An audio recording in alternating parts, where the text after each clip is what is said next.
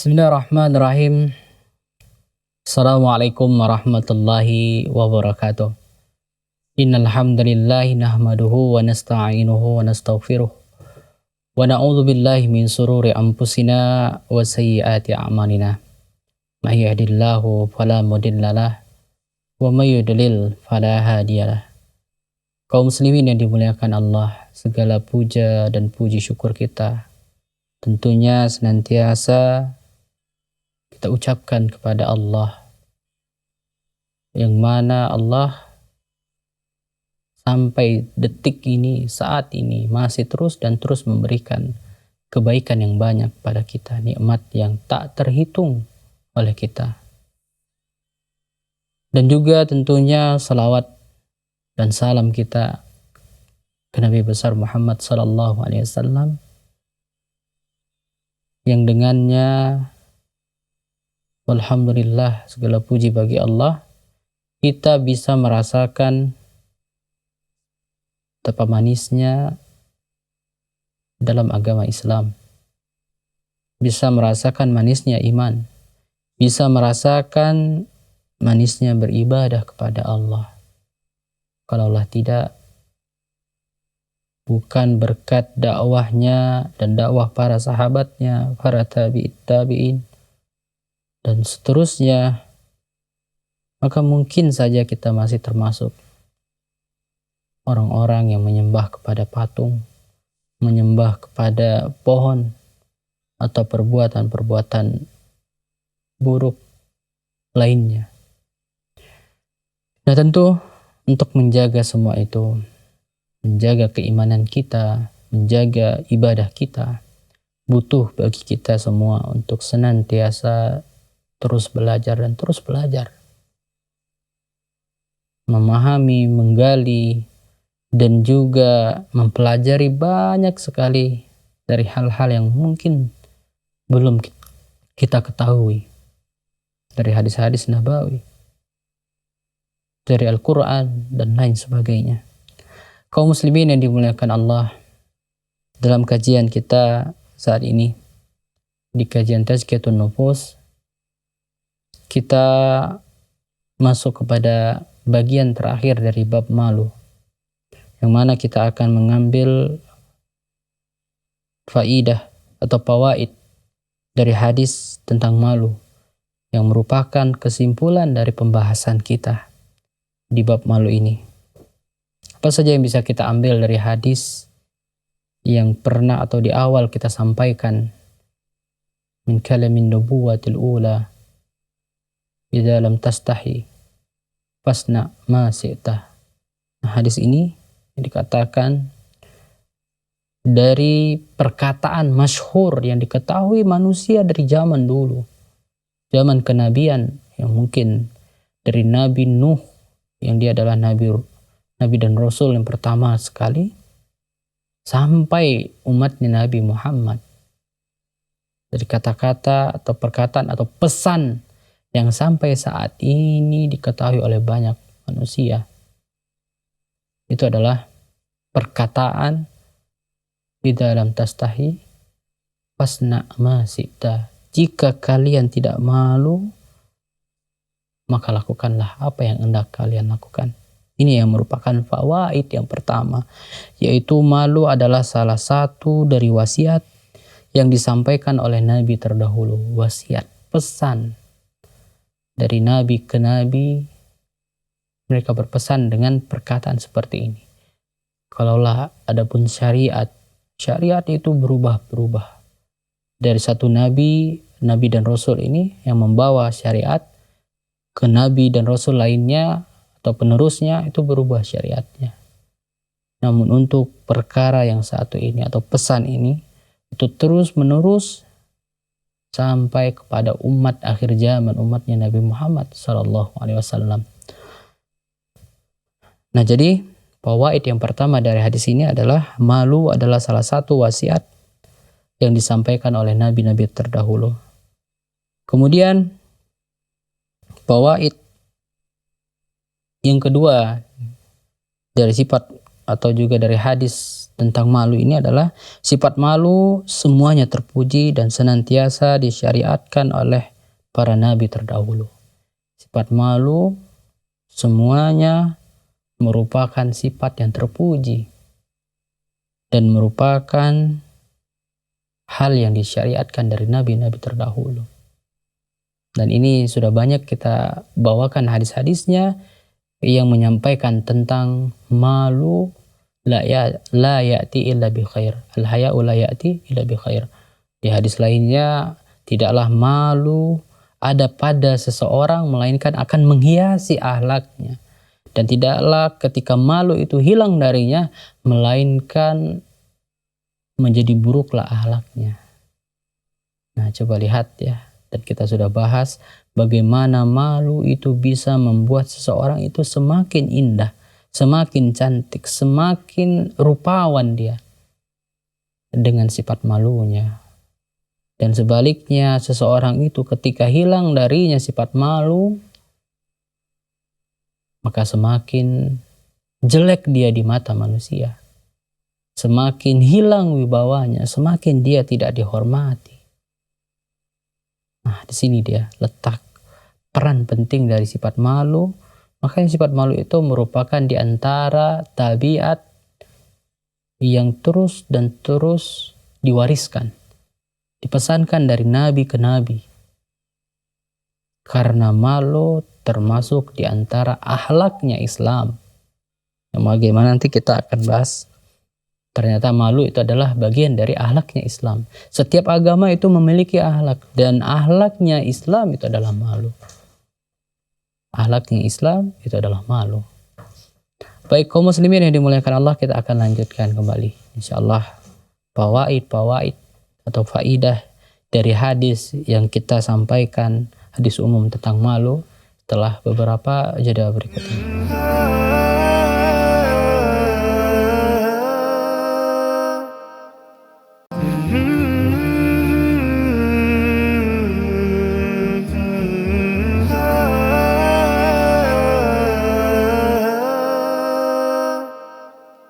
Baik kaum muslimin yang dimuliakan Allah Subhanahu wa taala, kita lanjutkan dengan fawaid atau dengan faedah lainnya dari hadis tentang malu, yaitu faedah yang ketiga. Hadis ini menunjukkan bahwa malu itu seluruhnya baik. Barang siapa banyak rasa malunya, maka banyak pula kebaikannya dan manfaatnya lebih menyeluruh. Dan barang siapa sedikit rasa malunya, sedikit pula kebaikannya. Nah, ini yang kemarin kita bahas tentang perkataan Ibnu Hibban. Perkataan Ibnu Hibban yang menyatakan bahwasanya malu itu ya, ketika dia mendominasi, ketika dia menyeluruh lebih banyak ya daripada yang lainnya, maka ketika itu pula lebih banyak kebaikan yang dia lakukan. Imannya naik, semangat untuk ketaatan semakin meningkat, dan tentu kehormatannya juga semakin naik di mata Allah dan di mata manusia. Sebaliknya, ketika menurun atau bahkan hilang rasa malu dari dirinya, maka menurun pula kewibawaannya, keimanannya semakin menurun, menipis, dan keburukan semakin banyak pada dirinya. Allah Akbar, coba lihat ya, betapa ternyata sifat malu itu bisa menjadi timbangan. Bisa menjadi timbangan seseorang itu memiliki banyak kebaikan atau banyak keburukan. Ketika banyak malunya, maka banyak kebaikannya. Ketika sedikit malunya, maka sedikit pula kebaikan dan bahkan lebih banyak buruknya. Nah, di sini dia perkataan ulama kita yang benar-benar menunjukkan bahwasanya betapa pentingnya malu, sehingga bisa menjadi tolak ukur seorang baik atau buruk. Nah, kemudian faedah lainnya dari hadis ini adalah malu adalah sifat yang mendorong pemiliknya untuk meninggalkan perbuatan-perbuatan buruk. Malu menjadi wiqayah, menjadi benteng, menjadi penghalang seseorang dari melakukan perbuatan buruk. Baik dia malu karena di depan manusia, lebih-lebih lagi malu dia di hadapan Allah. Malu dia dengan malaikat yang ada di kanan dan di kirinya, siap mencatat setiap apa yang dia lakukan. Baik itu perbuatan baik maupun perbuatan buruk. Dia malu kalau nantinya dalam catatan amalnya lebih banyak dia lihat perbuatan buruknya daripada perbuatan baiknya. Sehingga ketika dia memiliki rasa malu seperti ini, maka tentu terjagalah dia dari perbuatan buruk. Terjagalah dia dari perbuatan tercela yang bisa kiranya menjatuhkan kehormatannya. Maka dapatlah dia buah dari rasa malu, yaitu terjaganya kehormatannya dan memiliki sifat wafa, yaitu setia, amanah terhadap apa yang diamanahkan, dipercayakan kepadanya. Kemudian kaum muslimin, faidah atau juga fawaid dari hadis tentang malu itu diantaranya juga kita dapatkan malu yang mencegah seseorang dari menuntut ilmu dan mencari kebenaran adalah malu yang tercela. Kalau seseorang memiliki rasa malu, tapi malunya itu menghalanginya dari kebaikan, menghalanginya dari ketaatan, menghalanginya dari ibadah, maka ketahuilah, jelaslah bahwasanya itu adalah malu yang tercela, malu yang diciptakan setan pada dirinya, yang terus dibisikkan sehingga menghalanginya dari kebaikan. Malu dia mau ikut atau pergi berangkat ke masjid sholat berjamaah, karena selama ini mungkin masyarakat mengenalnya, mengetahui bahwasanya dia orang yang senantiasa bermaksiat, minum-minum, berjudi, bermain wanita dan lain sebagainya. Maka dia malu berkumpul dengan orang-orang saleh, malu dia.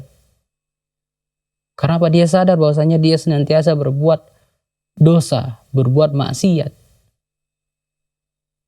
Maka ketika ini terjadi, cobalah kalau kita malu, lawan rasa malu itu, mungkin kita bisa hijrah, cari tempat lainnya, tempat yang baik, tempat yang mungkin orang pada saat itu belum mengenal kita, sehingga kita mudah untuk bisa bergabung dengan orang-orang saleh, mudah kita untuk pergi berangkat ke masjid, karena mungkin manusia tidak mengenal kita bagaimana latar belakang kita, sehingga memudahkan kita untuk bisa hijrah. Dan tentu malu seperti ini tadi, malu tercela ini harus kita lawan, karena ini adalah malu yang bukan pada tempatnya, malu yang dibisikkan oleh syaitan kepada kita. Dan dia malah sebaliknya dia hilangkan rasa malu ketika berbuat maksiat. Maka di situ kita bisa tahu malu yang kita miliki, apakah itu termasuk malu yang terpuji atau malah sebaliknya merupakan malu yang tercela karena menghalangi diri kita dari kebaikan. Karena rumusnya jelas, al-haya'u la ya'ti illa bil khair. Malu itu tidaklah mendatangkan kecuali kebaikan. Kalaulah yang datang bukan kebaikan, maka pastikan dia adalah malu yang tercela. Malu yang tercela.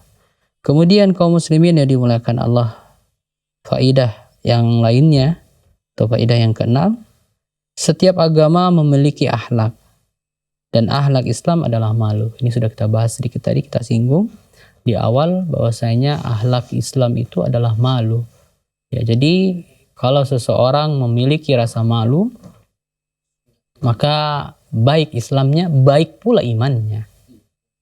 Tapi sebaliknya ketika dia tidak punya rasa malu, maka perlu dipertanyakan keimanannya dan juga keislamannya. Karena antara iman dan malu itu berkaitan satu sama yang lainnya. Ketika hilang yang satu, maka hilang pula yang kedua.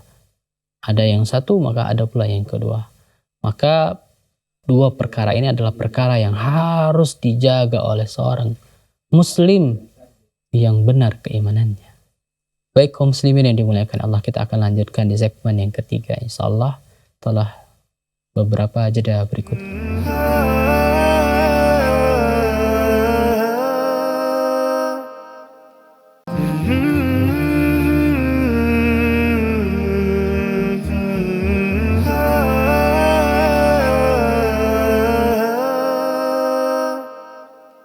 Kaum muslimin yang dimuliakan Allah, alhamdulillah kita masuk pada segmen yang terakhir dari kajian kita, yaitu Tazkiyatun Nufus di bab terakhir dari sifat malu, ya, bab terakhir dari malu yang kita membahas tentang fawaid atau faidah dari hadis yang kita bawakan seputar permasalahan malu. Nah, kita lanjutkan yang selanjutnya dari fawaid dari hadis ini, yaitu buah dari malu adalah iffah, yaitu menjaga kehormatan dan wafa, setia. Nah, ini tentunya ketika seseorang, kita katakan sebelumnya ya, dia memiliki rasa malu, maka tentu rasa malunya itu yang menyeluruhi dari tabiatnya, kebiasaannya, maka akan sampai kepada orang lain dan orang akan melihatnya dengan kemuliaan, dengan kehormatan, dengan segan, ya, karena dia senantiasa menjaga perilakunya, menjaga perbuatannya, menjaga kehormatannya, menjaga kewibawaannya, dan menjaga perkataannya. Manusia melihat, ya, orang-orang yang ada di sekitarnya melihat dari perkara tersebut. Sehingga apa? Ketika kita bisa menjaga kehormatan kita, maka orang lain juga akan menghormati kita. Tapi sebaliknya, ketika kita tidak mampu menjaga kehormatan kita dengan perbuatan, perkataan kita yang tidak cocok atau tidak pantas, maka manusia juga tentu tidak akan menghormati kita. Jadi kuncinya kembali kepada diri kita pribadi, diri kita sendiri. Kita mau dipandang bagaimana di hadapan manusia. Kalau kita ingin dimuliakan, ingin dihormati, maka lakukanlah perbuatan yang kiranya bisa kita panen, ya, kebaikan tersebut, yaitu dengan menjaga akhlak kita, dengan sifat malu untuk melakukan perbuatan tercela yang jika diketahui oleh manusia. Nah, itu dia. Jadi buah dari rasa malu itu adalah iffah, itu menjaga kehormatan, dan juga wafa, senantiasa memiliki sifat setia, amanah, sehingga disenangi oleh manusia. Kemudian selanjutnya, malu adalah bagian dari iman yang wajib. Malu adalah bagian dari iman yang wajib. Sebagaimana kita katakan tadi, bahwasanya antara iman dan malu itu sangat berkaitan dan sangat erat kaitannya. Ya, dikatakan bahwasanya malu itu qarin, teman dekatnya, seiringannya, atau bahkan kembaran dari iman. Ketika hilang yang satu, maka hilang pula yang kedua. Maka dikatakan adalah bagian dari wajib. Maka kalau kita dapati ada manusia, ada orang yang dia mengaku beriman kepada Allah dan Rasulnya, tapi kita lihat tidak ada rasa malu dalam dirinya. Tak malu dia melakukan perbuatan yang tercela, bahkan terang-terangan dia lakukan. Tak malu dia menghalalkan yang Allah haramkan. Tak malu dia bahkan dengan perbuatan yang dipandang hina oleh manusia. Bahkan dia ingin sepertinya tanpa dia sadari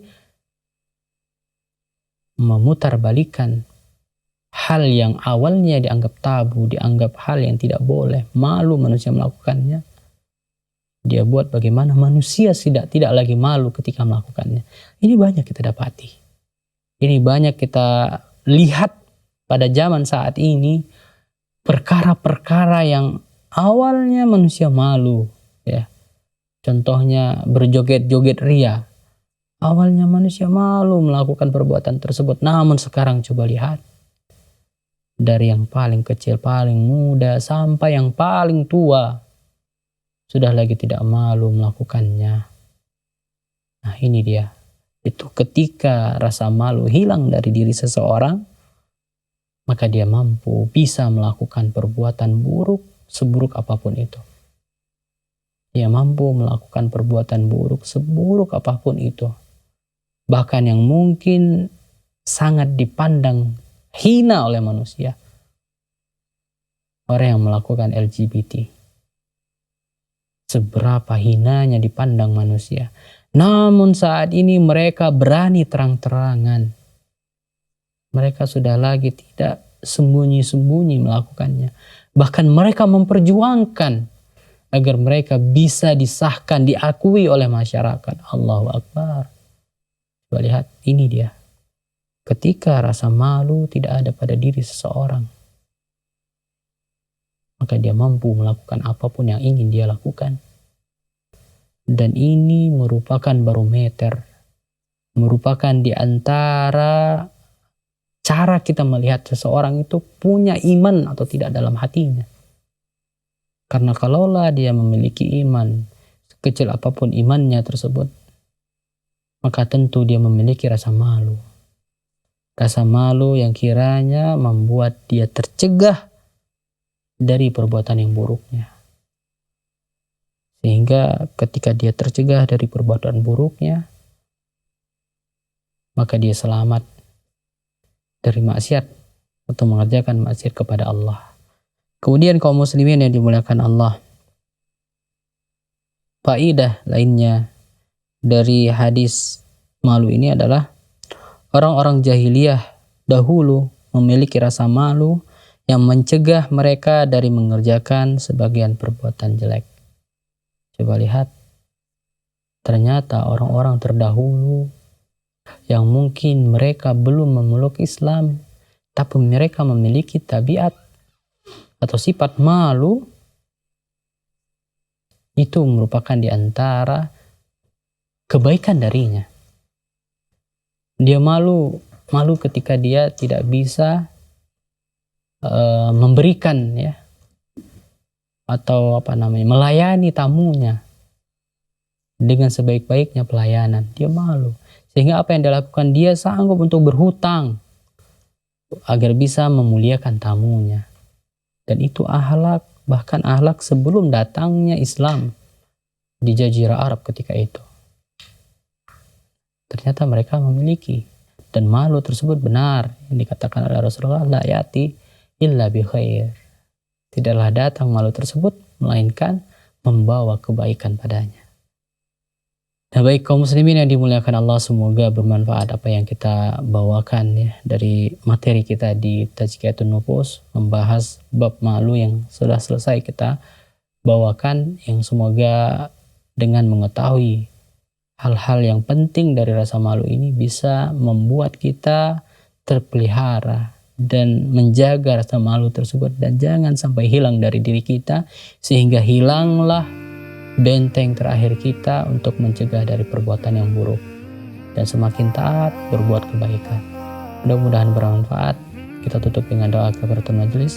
Subhanakallahumma wa bihamdika asyhadu an la ilaha illa anta astaghfiruka wa atubu ilaik. Wassalamualaikum warahmatullahi wabarakatuh.